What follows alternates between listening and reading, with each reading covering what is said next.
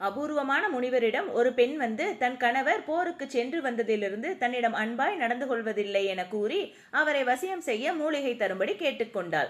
முனிவர் கூறிய சமாதானங்களால் நிறைவடையாத அப்பெண்ணின் தொந்தரவு பொறுக்க முடியாமல் அம்மூலிகை தயாரிக்க புலியின் முடி ஒன்று வேண்டுமென்றார். மறுநாளே அப்பெண் காட்டிற்கு சென்றாள். புலியை கண்டாள். புலி உருமியது. பயந்து வந்து விட்டாள்.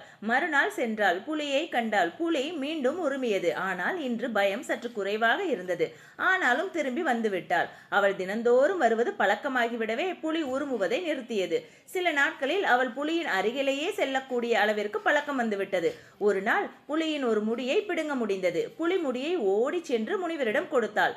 முனிவர் அதை வாங்கி பக்கத்தில் எரிந்து கொண்டிருந்த நெருப்பில் போட்டுவிட்டார். அதை பார்த்து அந்த பெண் மனம் குழம்பி நின்றாள். முனிவர் கூறினார், இனி உனக்கு மூலிகை தேவையில்லை. நீ புலியின் முடியை பிடுங்கும் அளவிற்கு அதன் அன்பை எப்படி பெற்றாய்? ஒரு கொடூரமான விலங்கையே அன்புக்கு அடிமையாக்கி விட்டாய். அப்படி இருக்கும் பொழுது உன் கணவர் அன்பை பெறுவது கடினமான காரியமா என்ன?